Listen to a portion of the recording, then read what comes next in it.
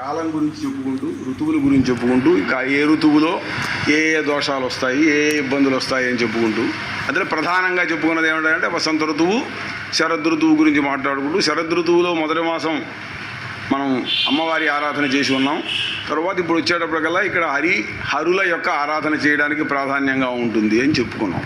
దానికి కూడా చెప్పుకుంటూ తులారాశిలో ఉన్నటువంటి సూర్యుడు ఉండగా ఈ కార్తీక మాసంలో స్నానం చేయడం వల్ల ఎటువంటి ఫలితం వస్తుంది అనేటువంటి విషయం ప్రధానంగా చెప్పుకున్నాం.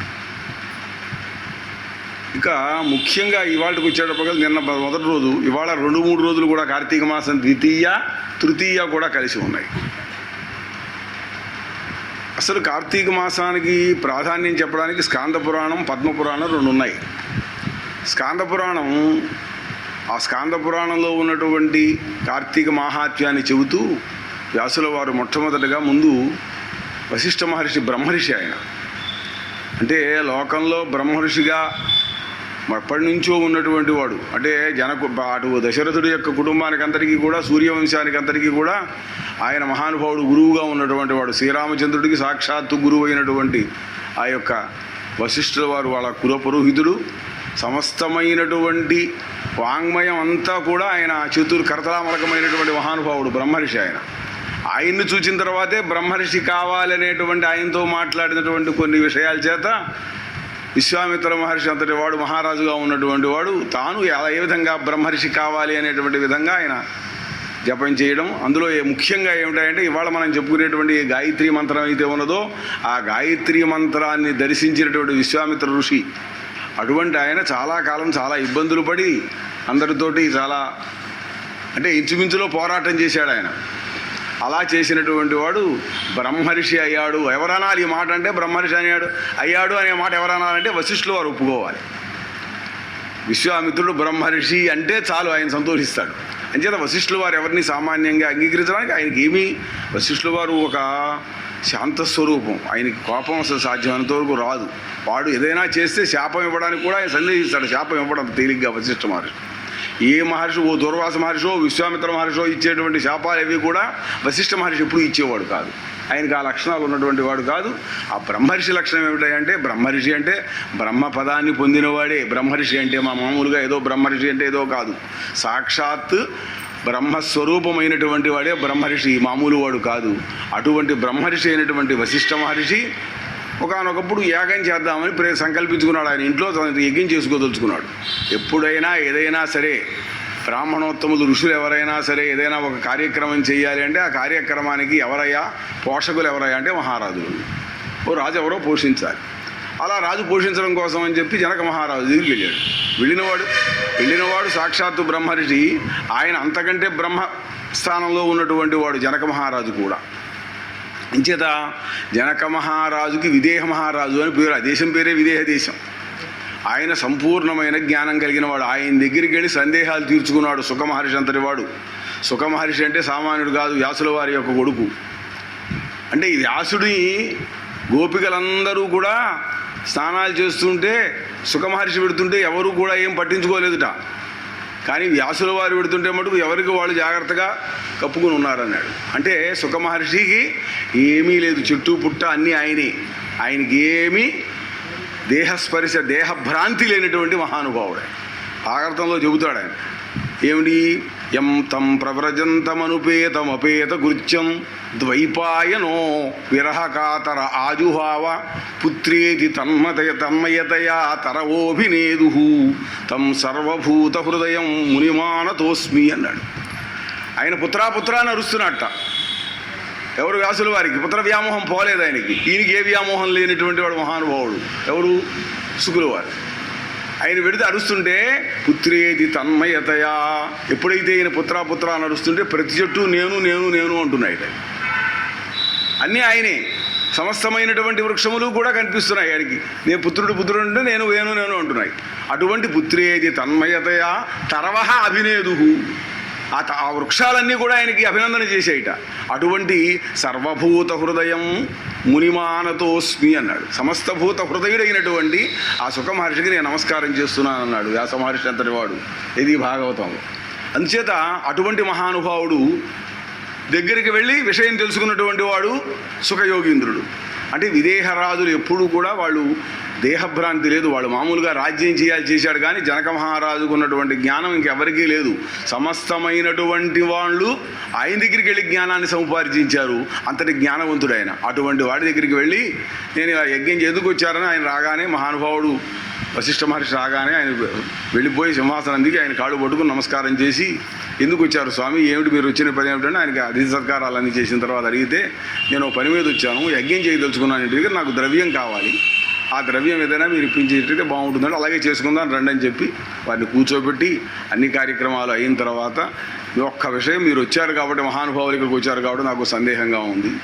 అందరూ కూడా ఈ కార్తీక మాసం అంటారు, ఈ మహాత్యాన్ని గురించి చెప్పమని అడుగుతూ ఉంటారు.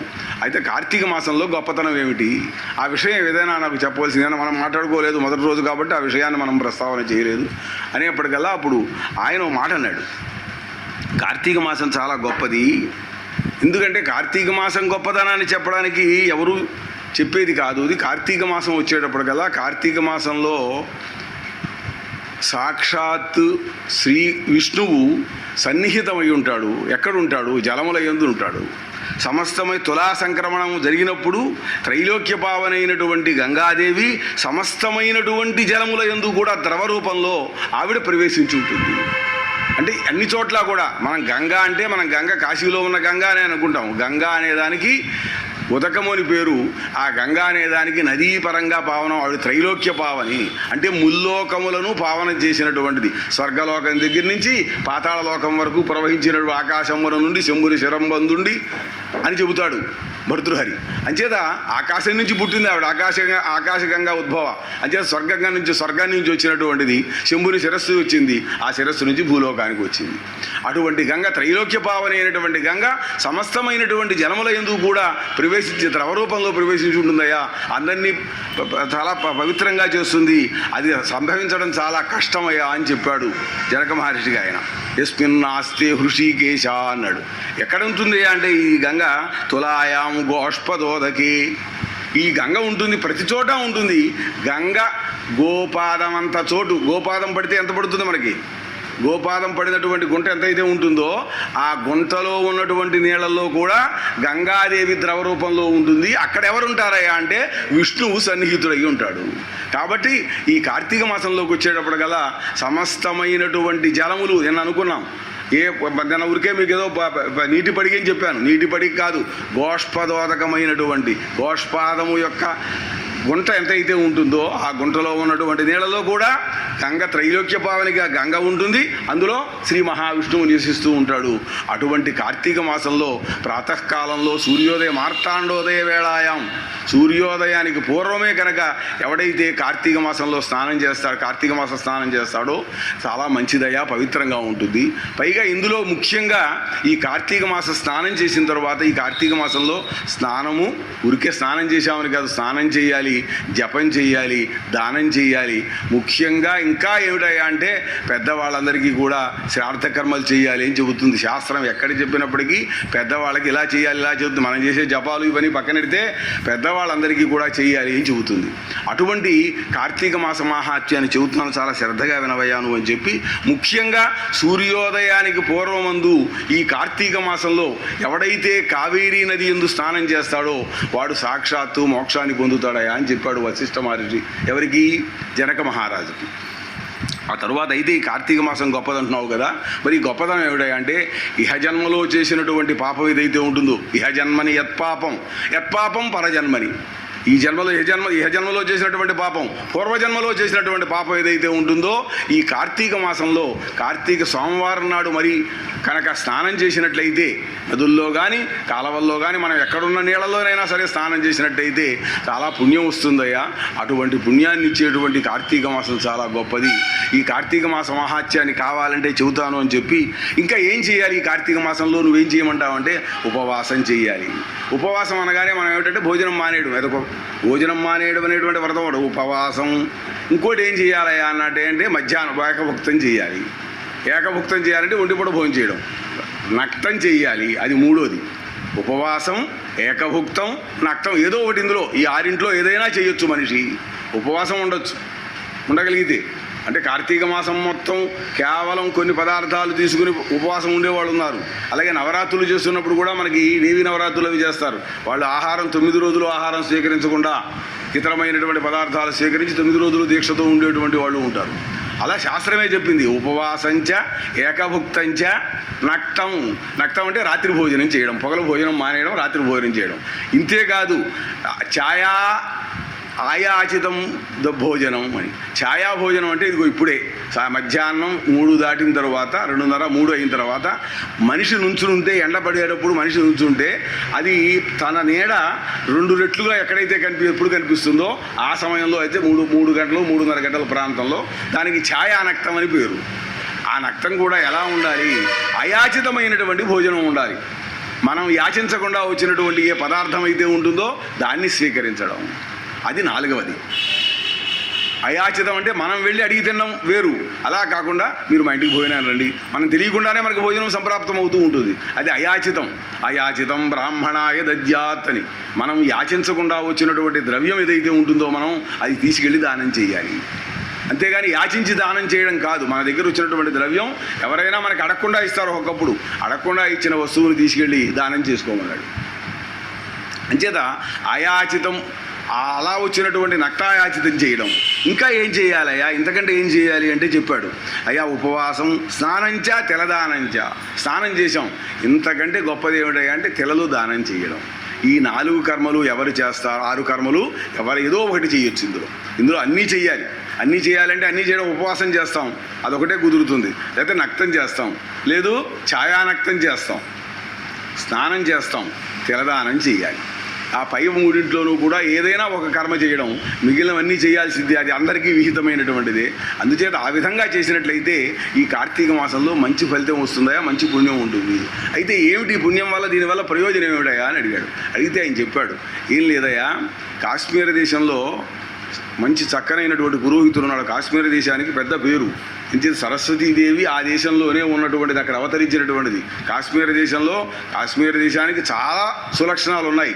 కాశ్మీర దేశానికి మంచి పండితులు, పీఠము అది కూడా అక్కడ ఉన్నటువంటి సర్వజ్ఞ పీఠం ఉన్నటువంటి పీఠం అది, సరస్వతీదేవి యొక్క పీఠం. శంకర భగవత్పాదులు అక్కడికి వెళ్ళారు, అమ్మవారు ఆయనతో మాట్లాడింది.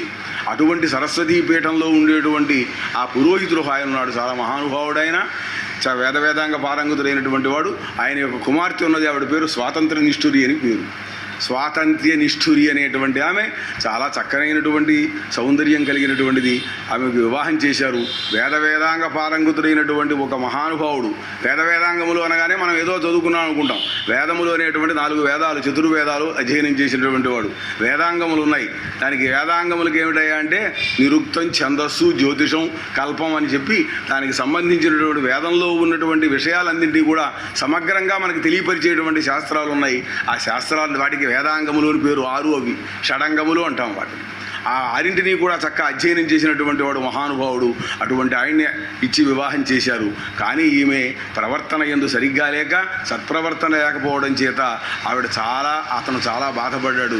బాధపడినప్పటికీ కూడా ఈవిడ అసత్ప్రవర్తన చేత, సరిగ్గా ఉండకపోవడం చేత ఈవిడ చాలా దుఃఖపడి చాలా కాలానికి ఆ భర్త కూడా పోయాడు. భర్త పోయిన తర్వాత ఈవిడ పోయింది. పోయిన తర్వాత ఈవిడ నరకం యమబాధలన్నీ అనుభవించి తరువాత ఎన్ని జన్మలు ఎత్తిందా అంటే 15 జన్మలు ఎత్తి చివరికి కుక్క జన్మగా ఒక బ్రాహ్మణుడు ఇంటి దగ్గరికి పుట్టింది. ఆ 15వ జన్మలో కుక్కగా బ్రాహ్మణుడు. ఆ బ్రాహ్మణుడు చాలా పవిత్రమైనటువంటి వాడు. ఆయన కూడా వేదం చదువుకున్నటువంటి వాడు. నిత్యము దేవతారాధన చేస్తూ దేవుడికి బలిస్తూ ఉండేటువంటి వాడు. అటువంటిది ఆ కుక్క ఏం చేసిందయ్యా అంటే ఆయన వేసినటువంటి బలిని స్వీకరించడం చేత, ఆ విష్ణుమూర్తికి చేసినటువంటి బలి స్వీకరించడం చేత ఆమెకు పూర్వజ్ఞానం కలిగింది. పూర్వజ్ఞానం కలిగి నేను ఇటువంటి పాపం చేశాను, నాకు ఏదైనా ముక్తి ఉన్నట్టయితే, మోక్షం ఉన్నట్టయితే చెప్పవలసింది అని చెప్పి ఆయన అడిగితే, అప్పుడు ఆయన ఆ కార్తీక మాసంలో స్నానం చేసినటువంటి ఫలితాన్ని ఆవిడకి ఇచ్చి నీకు మోక్షం వస్తుందని చెప్పాడు. అక్కడి నుంచి ఆవిడ ముక్తి పొందింది. అది మనకి మొట్టమొదటగా ప్రథమాధ్యాయంగా ఆయన వశిష్ఠుల వారు జనక మహారాజుకు చెప్పాడు. అయితే ఈ మాట చెప్పడానికి ముఖ్యంగా ఇంకో మాట చెప్పాలి నేను. పురాణాలన్నింటిలోనూ కూడా రోమహర్షణుడు అయినటువంటి పుత్రుడే సూతుల మహారాజు శౌనకాది మహర్షులకు చెబుతారు. శౌనకాది మహర్షులు సూతుల వారిని అడుగుతారు, సూతుల వారు శౌనకాది మహర్షులందరికీ కూడా చెబుతారు. అయితే ఈ కార్తీక పురాణంలో వశిష్ఠుల వారిని జనక మహారాజు అడిగాడు. జనక మహారాజు వశిష్ఠుల వారికి చెప్పారు. వీళ్ళిద్దరికంటే కూడా ముందు బ్రహ్మగారి దగ్గరికి వెళ్ళి నారదుడు అడిగాడు, కార్తీక మాసం మహత్యం ఎటువంటిదో చెప్పండి అని. ఆ విధంగా బ్రహ్మ నారదుడికి చెప్పాడు. అలాగే పార్వతీదేవి వెళ్ళి పరమేశ్వరుడిని అడిగింది, అయ్యా ఏమిటి కార్తీక గొప్పతనం ఏమిటి చెప్పండి అంటే పార్వతీదేవికి పరమేశ్వరుడు చెప్పాడు. అదే కాకుండా లక్ష్మీదేవి వెళ్ళి మళ్ళీ విష్ణుమూర్తిని అడిగింది. ఏ విధంగా బ్రహ్మ నారదుడికి చెప్పాడో, ఏ విధంగా పార్వతీదేవికి శివుడు చెప్పాడో, ఏ విధంగా లక్ష్మీదేవికి విష్ణుమూర్తి చెప్పాడో, ఏ విధంగా జనక మహారాజుకి వశిష్ఠుల వారు చెప్పారో, ఆ విధంగా సూతుల వారు శివునికాది మహర్షులందరికీ కూడా ఈ ప్రథమాధ్యాయాన్ని వినిపించారు. తర్వాత అయిపోయిన తర్వాత రెండవ అధ్యాయం దగ్గరికి వచ్చేప్పటికల్లా ముఖ్యంగా రెండవ అధ్యాయంలో ఏం చేయాలి అంటే, చదువుకున్నవాడు కార్తీక మాస స్నానం అంటే సోమవారం వ్రతం చేసినట్టయితే వచ్చేటువంటి ఫలితం ఏమిటి అనేటువంటి దాని గురించి మాట్లాడుతూ ఆయన ఒక చక్కనైనటువంటి కథను తీసుకున్నాడు. అంటే ఎవడైతే ఈ కార్తీక మాసంలో చేయవలసినటువంటి స్నాన దాన జపాదులు చేయకుండా ఉంటాడో వాడు చండాలమైనటువంటి జన్మ ఎత్తుతాడయ్యా. అందుచేత చండాల జన్మ చాలా కష్టమైనటువంటిది. అది ఆ జన్మ ఎత్తినట్లయితే చాలా దుఃఖం అనుభవించవలసి వస్తుంది. అందుచేత ఆ చండాల జన్మ రాకుండా ఉండేటువంటి చక్కనైనటువంటి ఇతివృత్తం చెప్పవలసింది అని చెప్పి ఆయన అడగడం. అప్పుడు వశిష్ఠుల వారు మళ్ళీ జనక మహారాజుకు చెబుతున్నాడు. ఏమిటంటే తత్వనిష్ఠుడు అనేటువంటి ఒక బ్రాహ్మణుడు ఉన్నాడు. ఆయన చక్కగా చదువుకున్నాడు, సమస్తమైనటువంటి వేదములు కూడా చదువుకున్నాడు. ఆ వేదాలు చదువుకున్నటువంటి ఆయన చక్కగా తీర్థయాత్రలు చేసేటువంటి సంకల్పం ఉన్నది. అందరినీ కూడా గౌరవిస్తున్నాడు. చేయవలసినటువంటి కర్మలు ఏవైతే మనకి శాస్త్రం చేతను విహితమైన కర్మ ఏది ఉందో ఆ విహితమైన కర్మ చేయాలి. అవిహితమైన మనకి నిషిద్ధమైన కర్మ ఉంటుంది. నిషిద్ధ కర్మ చేయకూడదు. ఏ కర్మ చేస్తే మనకి పుణ్యం వస్తుంది, పుణ్యం కూడా అక్కర్లేదు. ప్రతి మానవుడికి ఓ కర్మ విధింపబడి ఉంది. పురుషుడిగా ఇప్పుడు స్త్రీగా భర్త ఉన్నాడు, భర్తకి చేసేటువంటి కర్మ ఒకటి ఉన్నది, ఆయన భర్తగా ఆ కర్మ చేయాలి. ఆయన భార్యగా ఉంది, భార్య చేసేటువంటి కర్మ ఆవిడ చేయాలి. పుత్రుడు ఉన్నాడు, పుత్రుడు చేయవలసినటువంటి కర్మ వాడు చేయాలి. ఈ విధంగా ఎవరి పని వాళ్ళకి విధింపబడి ఉంది. ఆ విధింపబడిన కర్మ కాకుండా నిషిద్ధమైన కర్మలు కనుక చేసినట్లయితే వాళ్ళకి చాలా ఇబ్బందులు కలుగుతాయ్యా. అంచేత ఈ తత్వనిష్ఠుడు అనేటువంటి వాడు విహితమైనటువంటి కర్మ చేస్తూ ఎల్లప్పుడూ వేదాధ్యయనం చేస్తూ వేదం చదవడం కాదు, చదివిన దాన్ని మర్చిపోకుండా ఉంచుకోవాలి. మనం ఏదైతే చదువుతామో ఆ విద్య అందరికీ ఉపయోగించేట్లుగా ఉండాలి. అంచేత ఓ మాట ఒకటి ఉంది లోకంలో, ఏమిటంటే శాస్త్రం ఏం చెబుతుంది, వేదం చదువుకున్న తరువాత వేదం శిష్యుడికి చెబితేనే ఆ వేదం చదువుకున్నటువంటి వాడి యొక్క పరమార్థం, లేకపోతే ప్రయోజనం లేదు. చదువుకున్నవాడు కూడా తన చదువుని మరల నెమరు వేసుకోకపోయినట్లయితే వాడు ఎలా ఉంటాడయా అంటే పూర్తిగా శుష్కించిపోయి ఉంటాడయా అన్నాడు. సీతాదేవి లంకలో ఉన్నది, రాముడిని వదిలిపెట్టి ఆయన తీసుకుపోయాడు. లంకలో అశోకవనంలో ఉన్నది. అశోకవనంలో ఉన్నటువంటి లంక ఎలా ఉందయ్యా అంటే రామ్నాయానామయోగేన విద్యాం ప్రసిద్ధిలామివ అన్నాడు. చదువుకున్న చదువుని నెమరు వేసుకోకుండా ఎవడైతే ఉంటాడో వాడి విద్య ప్రయోజనం లేదు. నోటిమటి మాట రాదు. ఏం చదువుకున్నావు అంటే చదువుకున్నాడు, డిగ్రీ ఉంది, నోటిమటి మాట రాదు వాడికి. అటువంటి వాడు ఏ విధంగా అయితే కళావిహీనంగా ఉన్నాడో ఎప్పుడు ఎప్పుడైతే నోటిమటి మాట రాలేదో చదువుకున్న వాడికి కూడా ఇప్పుడు బాగా తెలుస్తుంది. ఇక్కడ ఉన్నటువంటి వీళ్ళందరూ పాఠశాలలు కాబట్టి ఒక ఉపాధ్యాయుని ఇంటర్వ్యూ చేస్తుంటే విషయాలు తెలుస్తూ ఉంటాయి. వాడు చదువుకుంటాడు, ఏం అడిగితే అదే చెప్పడు వాడు. ఇవన్నీ ఏం చదివావు అంటాడు, అన్నీ చదివానంటాడు. గణితం చదివావా, లేదు విజ్ఞాన శాస్త్రం చదివావా, సాంఘిక శాస్త్రం అన్నీ చదివావు, కానీ ఏది రాదు. ఎందుచేత ఆమ్నాయం చేసి చదివిన తరువాత దాన్ని మళ్ళీ నెమరు వేసుకోవడం అనే పదే ఎవరు చేస్తారా అంటే దూడ చేసేటువంటి పని. మనం దాన్ని చింతన అంటాం. తెలుగులో పదం ఏమిటంటే నెమరు వేసుకోవడం. మళ్ళీ ఒక్కసారి వెనక్కి తిరిగి మనం చదివిన చదువును ఒక్కసారి నెమరు వేసుకోవడం అంటే చింతన చేయడం అని అర్థం. అలా చేసుకోకపోయినట్లయితే అదిగో అలా ఉందిట ఆవిడ. లంకలో అశోకవనంలో ఉన్నటువంటి సీతాదేవి చదువుకున్నవాడు చదువుని మరిచిపోతే ఏ విధమైపోతుందో ఆ విధంగా బక్కచిక్కిపోయి ఏ విధమైనటువంటి కళ లేకుండా చాలా ఇబ్బంది పడుతుంది. ఆమ్నాయానాం అయోగేన విద్యాం ప్రసిద్ధిలామివ. విద్య పోతుంది, నోటిమటి మాట రాదు వాడికి. విద్య ఏ విధంగా సన్నబడిపోతుందో ఆ విధంగా సీతాదేవి సన్నబడిపోయింది అన్నాడు. అందుచేత ఇతను తత్వనిష్ఠుడైనటువంటి మహానుభావుడు చక్కగా చేస్తూ సంసారాన్ని పోషిస్తూ అన్నీ చేస్తూ ఉన్నాడు. ఇలా చేస్తూ ఉన్నవాడు తీర్థయాత్రలు కానీ బయలుదేరాడు. తీర్థయాత్రకు బయలుదేరడం అంటే పూర్వం మనకి ఇప్పటిలాగా మనకి బ్రహ్మాండమైనటువంటి ప్రణాళికలు వచ్చేసాయి. కార్లు మన ఇంటికి వస్తున్నాయి, మనని తీసుకెడుతున్నాయి, కాశీ తీసుకెడుతున్నాయి, కాశీలో చూపిస్తాయి, తీసుకొచ్చేస్తున్నాయి. పూర్వం కాశీ వెళ్ళినవాడు అంటే కాటికి వెళ్ళినవాడు సమానం అనేవాడు. ఇంచేది ఎక్కడికి వెళ్ళినా నడిచి వెళ్ళడమే. ఇవాళ మనకు వచ్చాయి. మా చిన్నతనాల్లో కూడా ఏవైనా తీర్థయాత్రలకు వెళ్ళాలంటే దగ్గరలో ఉన్నటువంటి ఉన్నటువంటి ఏ తీర్థాలకి వెళ్ళాలన్నప్పటికీ కూడా నడిచి వెళ్ళే వాళ్ళందరూ కూడా, ఆడవాళ్ళు మగవాళ్ళు అందరూ కూడా బయలుదేరి వాళ్ళ సంచులు అవి భుజాన్ని పెట్టుకుని, మాకు బాగా గుర్తు ఈ శివరాత్రి ఉత్సవాలకు వెళ్ళడానికి ఇటు పక్క చాలా గుళ్ళు ఉన్నాయి మీకు. ఇక్కడ కృష్ణా జిల్లాలో భోగేశ్వరం అని మంచి దేవాలయం ఉంది, చక్కటి దేవాలయం. అక్కడ శివరాత్రి ఉత్సవం జరుగుతుంది. అలాగే కృత్తివేలు నాగేశ్వర స్వామి ఉంది, అక్కడ శివరాత్రి ఉత్సవం జరిగేది. అక్కడికి మా వాళ్ళందరూ నడుచుకుంటూ వెళ్ళేవాళ్ళు. ఇంకా నడవలేని వాళ్ళు, కాస్త సంపద ఉన్న వాళ్ళు అయితే ఎడ్ల బండి కట్టుకుని వెళ్ళేవారు. ఆ ఎడ్ల బండి కూడా మళ్ళీ ఆ ఊరిలో కాలువ దాటాలి. కాలువ దాటడానికి మనుషులు దాటడానికి వీల్లేదు, బండి రహదాన్ని దాటించుకునేవారు. ఇలా నడిచి చాలా కష్టపడి జనం తీర్థయాత్రలు చేసేవారు. దర్శనం చేసుకోవాలంటే నడిచి వెళ్ళాం, అంతర్వేది నడిచి వెళ్ళేవాళ్ళం. ఈ ఊరు వచ్చేటప్పటికల్లా మార్గం ఏమిటంటే వెడితే పడవలో వెళ్ళాలి, లేదా నడిచి వెళ్ళాలి. నరసాపురం వరకు బస్సు ఎక్కేవాళ్ళం, అక్కడి నుంచి నడుచుకుంటూ సగినేటిపల్లి మీదుగా నడిచి వెళ్ళి గుర్తుంది నాకు 2-3 సార్లు. అది అంటే మనకి తీర్థయాత్ర చేయడానికి మనలో ఉన్నటువంటి ఆతురత మీరందరూ కూడా ఇదిగో వాసు గారి ప్రభావంతో ద్వారకా తిరుమల మొదలైనటువంటి క్షేత్రాలను దర్శించారు కదా నడక మార్గంలో వెళ్ళి. అది మనలో ఉన్నటువంటి ఆర్తిని పెంపొందిస్తుంది, మనలో ఉన్న విజ్ఞానాన్ని సముద్దీపింపజేస్తుంది. అయ్యో మనం ఇలా చేయాలి అనేటువంటి భావన కలుగుతుంది. తప్పు చేయకూడదు, మనం సక్రమంగా మార్గంగానే ఉండాలి, మనకి విధించిన కర్మే చేయాలనేటువంటి భావన మానవుడికి కలుగుతుంది. అందుకోసం చక్కనైనటువంటి విధంగా ఆయన తీర్థయాత్రలకు బయలుదేరాడు. తీర్థయాత్రలకు బయలుదేరి వెడుతుంటే ఇలా ఓ బ్రహ్మాండమైనటువంటి మర్రి చెట్టు దగ్గరికి ఆ మార్గంలో వెడుతూ ఉండగా మర్రి చెట్టు తగిలింది. ఎవరో చెప్పారు, మర్రి చెట్టు దగ్గరికి వెళ్ళినప్పటికల్లా బ్రహ్మరాక్షసులు ఉన్నారు. వాళ్ళు 3 బ్రహ్మరాక్షసులు. వాళ్ళు 3 చాలా భయంకరమైనటువంటి వాళ్ళు. ఆ 3 కూడా ఈయన్ని చూసి తినేద్దామని బయలుదేరి వస్తున్నారు. వాళ్ళకి ఏ వస్తువు వస్తే ఆ వస్తువును వాళ్ళు స్వీకరించడమే పని, ఆ బ్రహ్మరాక్షసుల పని. వచ్చేస్తుంటే వాళ్ళందరూ 3 వచ్చేస్తున్నారు. కొంత దూరం ఆయన్ని వెంబడించారు. వెంబడించిన తర్వాత ఈయన ఆగేటప్పటికల్లా, ఆయన చూసి కొంత దూరం వెళ్ళేటప్పటికల్లా వాళ్ళందరికీ ఓ విధమైనటువంటి జ్ఞానం కలిగింది, పూర్వజన్మ స్ఫూర్తి కలిగింది. వాళ్ళకి ఆ పూర్వజన్మ స్ఫూర్తి కలగడం చేత ఒక్కొక్కడు ఒక్కొక్క విషయంగా చెప్పారు. ఏమిటయ్యా అంటే, అయ్యా మిమ్మల్ని మేము ఏం చెయ్యం, మిమ్మల్ని చూస్తే మాకు ఇలా అనిపించడం లేదు అని చెప్పి అందులో ఒక్కొక్కడు ఒక బ్రాహ్మణుడు, అందరూ బ్రాహ్మణులే 3 కూడా. ఆయన ద్రవిడ దేశంలో పుట్టినటువంటి వాడు మందరం అనేటువంటి గ్రామంలో పుట్టాట. ఆయన బ్రాహ్మణుడుగా పుట్టాడు. ఆయన ఆ ఊరు గ్రామాధికారిగా పనిచేస్తున్నాడు. గ్రామాధికారి అంటే మనం ఇప్పుడు మామూలుగా వీఆర్ఓ అంటాం, పూర్వం మునసబ్బు కర్ణాలని ఉండేవాడు. ఆ విధంగా మునసబ్బుగా చేస్తూ తను చేయకూడనటువంటి తప్పులు ఎన్నైతే ఉంటాయో అన్నీ చేసేసి, ఎవరికి ఒకళ్ళకి చెందవలసినటువంటి భూమిని మరొక విధంగా చేసేసి, కొంతమంది తీసుకోకూడనటువంటి ద్రవ్యాలు వాళ్ళ దగ్గర తీసేసుకుని చాలా ఇబ్బందులు అనుభవించి చివరికి అనేకమైనటువంటి చచ్చిపోయి నరకయాతనలు అనుభవించి చివరికి బ్రహ్మరాక్షసులు అయ్యాడు. నేను ఇటువంటి జన్మనెత్తాను అని చెప్పి చాలా బాధపడ్డారు.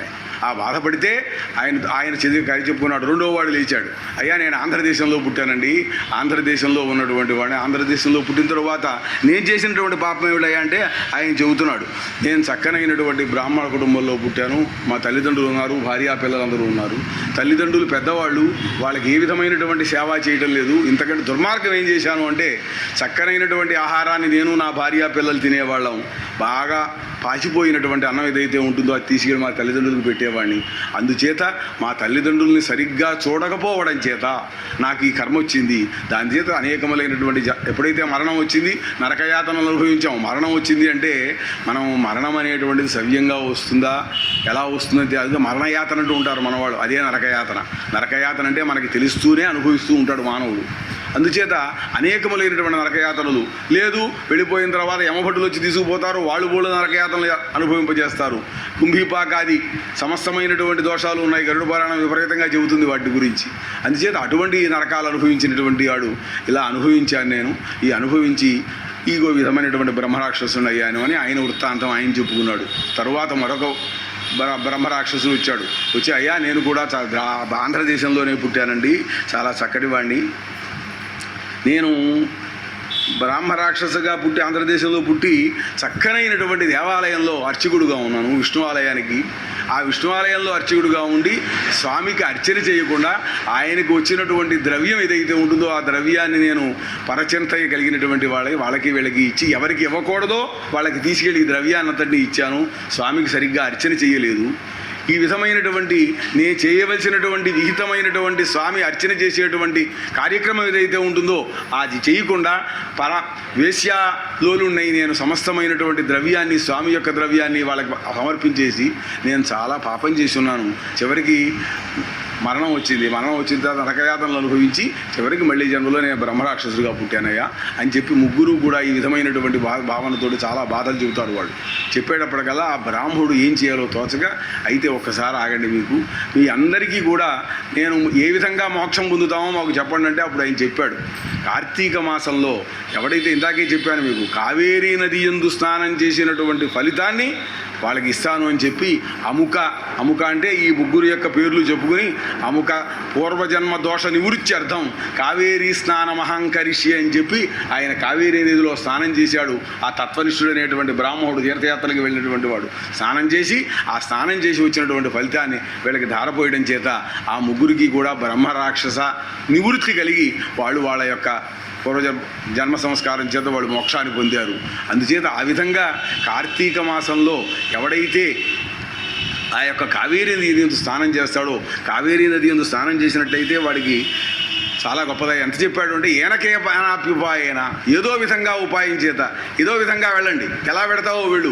కార్తీక మాసంలో ఆ యొక్క కావేరీ నది యందు కనుక నువ్వు స్నానం చేసినట్లయితే నువ్వు చేసినటువంటి సమస్త పాపములు పోతాయా, సమస్తమైనటువంటి దుఃఖాలు నశిస్తాయి, నువ్వు మోక్షాన్ని పొందుతావు అని చెప్పాడు వశిష్ఠ మహర్షి జనకుల వారికి. ఈ యొక్క కార్తీక మాస మహాత్యం చెబుతూ ఇంతవరకు ఆయన చెప్పాడు. చెప్పిన తర్వాత ఒక మాట అన్నాడు, మరి కార్తీక మాసంలో పొద్దునే లేస్తున్నావు కదా, స్నానం చేస్తాం. స్నానం చేసినప్పుడు ముఖ్యంగా మన అందరము అర్ఘ్యం ఇవ్వాలి. ఎవరికి ఇవ్వాలి అంటే విష్ణుమూర్తికి. నేనే చెప్పాను మీకు, ఎవరికి చేస్తే ఈ కార్తీక మాసం దామోదరుడు ప్రీతి. దామోదరుడు ఎవరు? విష్ణుమూర్తి. దామము చేత కట్టబడినవాడు, దామము ఉదరమునందు కలిగినవాడు, త్రాడు కలిగినటువంటి వాడు. ఆ తాడి చేత ఆవిడ కట్టేసింది, రోటికి కట్టేసింది ఆయన. అంచేత అటు దామం ఉదరం కలిగినటువంటి వాడు అంటే మొలతాలు కలిగినటువంటి వాడు అని కొంతమంది చెప్పారు. దాని మీద అనేకములైనటువంటి అర్థాలు చెప్పుకున్నప్పటికీ కూడా సాక్షాత్ పరమాత్మ విష్ణుమూర్తి కృష్ణుడు. ఆ కృష్ణుడిని కనుక మనం చేసి ఆయనకి చెయ్యాలి. అంచేత మొట్టమొదటి చెబుతూ నమః కమలనాభాయ, నమస్తే జలశాయినే, ఏమయ్యా ఓ కమలనాభుడా నీకు నమస్కారమయ్యా, ఓ జలదిశ అయినటువంటి చక్కగా వెళ్ళి ఆదిశేషుడు పడకగా కలిగి సముద్రంలో నివసించేటువంటి ఓ మహానుభావ, ఓ ఋషికేశ నీకు చక్కగా అర్ఘ్యం ఇవ్వాలందయ్యా, ఇస్తున్నాను. ఇవాళ ప్రాతకాలం స్నానం చేద్దాం అనుకున్నాను, నేను చక్కగా స్నానానికి ఉద్యమిస్తున్నాను. ఈ స్నానం చేసేటువంటి వచ్చేటువంటి ఫలితం నీ వల్ల రావాలి అని చెప్పి ఆయనకి నమస్కారం చేసుకుని తరువాత నేను చేసేటువంటి నిత్య నైమిత్య కర్మలన్నీ కూడా సమస్తమైనటువంటి పాపాలు పోయేటట్లుగా ఉండాలి. అందుచేత నీకు నేను చక్కగా అర్ఘ్యం ఇస్తున్నానయ్యా, ఈ అర్ఘ్యాన్ని నువ్వు స్వీకరించు అని చెప్పి ఎవరితోటి రాధతో కూడి ఉన్నటువంటి ఓ విష్ణువు కృష్ణ పరమాత్మ నీకు అర్ఘ్యం ఇస్తున్నాను. ఇంతవరకు ఎప్పుడు అర్ఘ్యం లోకంలో మామూలుగా సూర్యభగవానుడికి అర్ఘ్యం ఇస్తాం, సూర్యభగవానుడికి అర్ఘ్యం సమర్పిస్తాం. కానీ విష్ణుమూర్తికి ఇచ్చేటువంటి అర్ఘ్యం రాధతో కూడి ఉన్నటువంటి నీకు సమర్పిస్తున్నా, హరికి సమర్పించాలి. అలా ఇచ్చినట్లయితే రాధా కృష్ణులు ఇద్దరూ చాలా గొప్పవాళ్ళు. ఇందాక నిన్న మనం చెప్పుకున్నాం, బ్రహ్మ విష్ణు మహేశ్వరులు, మహాకాళి మహాలక్ష్మి మహాసరస్వతులు వీళ్ళు ముగ్గురు అనుకుంటే ఈ కృష్ణుడు ఆ గోలోకంలో అందరికంటే కూడా పరాశక్తి స్వరూపంగా ఉన్నాడు అని చెబుతాడు. పరాశక్తి స్వరూపమే రాధా కృష్ణులు ఇద్దరూ కూడా, వాళ్ళిద్దరూ మహానుభావులు. ఆ రాధ చాలా గొప్పది చెప్పాను నేను అందరికీ చెబుతూ. జీవాత్మ పరమాత్మలే పరబ్రహ్మము. ఆ జీవాత్మ పరమాత్మ యొక్క స్వరూపమే మనం మీ అందరికీ కూడా ఇప్పుడు అందరూ కూడా భగవద్గీత కూడా అడుగుతున్నారు. జీవాత్మ స్వరూపమే పరమాత్మ స్వరూపం. కానీ మధ్యలో ఒకటి ఉంది, అది ఎప్పుడో దాని గురించి చెబుతాను. మేడం గారు అడిగారు నన్ను, దానికి సమాధానం చెప్పాలి నేను. ఎప్పుడో సావకాశంగా దీని మీద ఈ మాటలు చెప్పుకున్నప్పుడే చెప్పుకుందాం.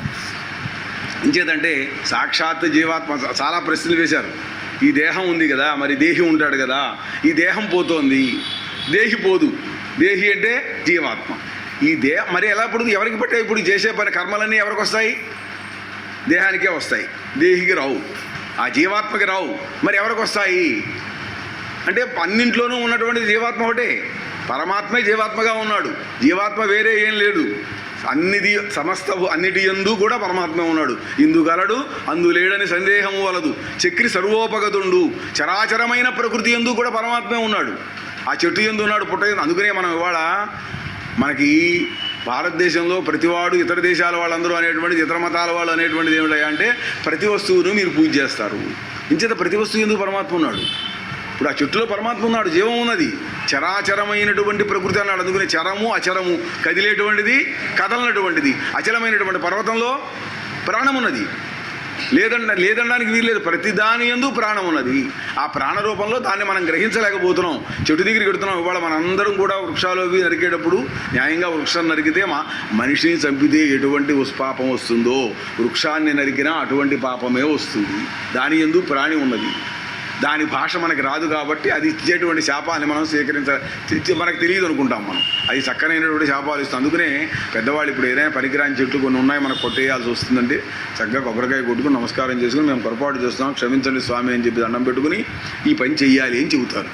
అంటే మనకు తప్పనిసరిగా కొన్ని జీవరాశులు, అలాగే జీవరాశులు చాలా వాటిని మనం చంపుతూ ఉంటాం. అందుకోసం ఆ పాపాలన్నీ పోవడం కోసం ఈ కార్తీక మాసంలో ఈ విధమైనటువంటి స్నానం చేసి దానము జపము కనుక చేసుకున్నట్లయితే చాలా ఫలితం వస్తుంది అని చెప్పి ఆ విష్ణుమూర్తికి ఏ విధంగా అయితే ఆ యొక్క సూతుల వారు శౌనకాది మహర్షులకి చెప్పారు, ఎవరు వశిష్ఠుల వారు జనకుల వారికి చెప్పినట్లుగా ఈ విధంగా కార్తీక మాస మహాత్యంలో ఇవాళ 1, 2, 3 రోజులు కూడా ఈ విధమైనటువంటి ఈ చరిత్ర అంతా కూడా చెప్పేసుకున్నాం. ఎక్కువగా కాదు, నేను చాలా సంక్షిప్తంగానే చెప్పాను మీకు. పురాణం అనేటువంటిది ఏమిటంటే శాస్త్రం చెప్పినటువంటి దాన్ని మనం అంగీకరించాలి. కానీ ఏమవుతుందంటే మనం ఆధునిక యుగంలో ఉండడం చేత మనం అన్ని తప్పులు చేస్తూనే ఉంటాం. కానీ నేనేమనుకుంటానంటే నేనేం తప్పు చేయకుండా ఉన్నాను అనుకుంటాను. నేను ఎప్పుడు ప్రతి మనిషికి ఎదటివాడు తప్పు చేస్తున్నాడు అనిపిస్తుంది. మనం చేసిన తప్పు మనకెప్పుడు తెలియదు. ఆత్మావలోకనం మనం చేసుకోం, మనం అటువంటి ప్రయత్నం చెయ్యం. ప్రతి మానవుడి యొక్క నైజ లక్షణం ఇది. ఎంతసేపు తప్పు అనేటువంటి దానికి ఎదటి వాళ్ళలో ఉన్నటువంటిదే. దానికే ఏమంటారా అంటే దోషవాన్ పండిత అని ఓ మాట ఉంది లోకంలో. ఎదటి వాడి యొక్క దోషాన్ని చూపిస్తే వాడు గొప్పవాడి కింద లెక్క. కానీ వాడి యందు దోషం ఉంటుంది అనే విషయం వాడు మర్చిపోతాడు. ఇంచేత ఎదరివాడి దోషాన్ని చూపించడంలో ఉన్నటువంటి ఉత్సుకత తన గురించి తాను ఎప్పుడూ ఆలోచించుకోడు. అందుచేత ఇప్పుడు ఆ కారణం చేత ఆ దోషాలు ఏవైనా ఉన్నట్లయితే సమస్త దోషాలు పోవాలి. దానికి మనకి విధింపబడినటువంటి కర్మ మనం చేయాలి. ఈ కార్తీక మాసంలో ముఖ్యంగా స్నానము, దానము, జపము ముఖ్యమైనటువంటిది. మీరందరూ తల్లులందరూ చక్కగా స్నానం చేస్తారు, ఆ దీపాలు పెడతారు. నేను దీపమహత్యం గురించి చెప్పుకున్నాను. ఇంకా మళ్ళీ దీపమహత్యం గురించి చెప్పాల్సింది మళ్ళీ చెప్పుకుందాం. రేపు ద్వాదశి నాడు ఎప్పుడో వస్తుంది మనకి. ద్వాదశి నాడు చిరుకు ద్వాదశి అని ఆ రోజు వస్తుంది. వీటంతటికీ కూడా ముందు ఇంకో విషయం చెప్పాలి మీకు. నిన్న నేను ఆ విషయం కూడా ఎత్తలేదు. మనం ఆషాఢ శుద్ధ ఏకాదశి, తొలి ఏకాదశి అని ఉంటుంది. తొలి ఏకాదశి ఆషాఢ పౌర్ణమి, గురు పౌర్ణమి అని ఉంటుంది. అక్కడి నుంచి చాతుర్మాస్య వ్రతం అని 4 నెలలు వ్రతం చేస్తాం. అందరూ చేయాలి. యతులు చేస్తారు, సన్యాసులు చేస్తారు, మళ్ళోళ్ళు చేస్తారని కాదు, కానీ సంసారులు కూడా అందరూ చాతుర్మాస్య వ్రతం చేయాలి. ఏ మాసంలో ఏ ద్రవ్యాలు స్వీకరించాలో ఏ ద్రవ్యాలు స్వీకరించకూడదో కూడా శాస్త్రం చెప్పింది. అవన్నీ మనం చేయటం లేదు, చెయ్యలేము కూడాను. ఎవరము చేయలేము. ఇంత చేసేంత సామర్థ్యం ఉండాలి. ఇప్పుడు బాగుంది, డాక్టర్ గారు చెబుతున్నారు, ఆయుర్వేద వైద్యం చెబుతాడు ఆయన, మీరు ఈ పదార్థాలు స్వీకరించండి అని. ఆ పదార్థాలు కొని తెచ్చుకోవడానికి కూడా అంత ద్రవ్యం కావాలి. వీడు ఎక్కడి నుంచి తీసుకొస్తాడు అవన్నీ? ఇప్పుడు వీడు ఆరోగ్యం తెచ్చుకుంటాడా లేకపోతే అప్పులు చేస్తాడా?